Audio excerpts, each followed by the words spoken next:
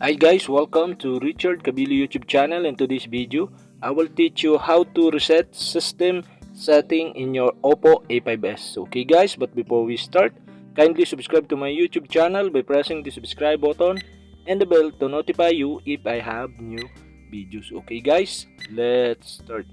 You all have to do is go to setting in your Oppo A5S mobile phone.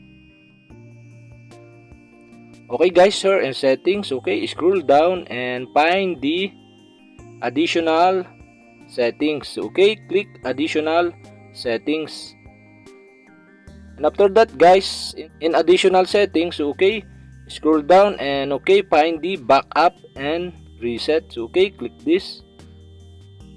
And okay guys, here in backup and reset, okay, and personal data, okay, you can see the reset to factory settings. Okay, click this. And okay guys, here in reset to factory settings, okay, you can see the reset system settings. Okay, you all have to do is click this. And okay guys, the pop-up below are show, and okay, you can see the reset system settings. Okay, click this. And okay guys, another pop-up below, continue, this will reset system settings. Okay, you'll have to do is click again reset system settings.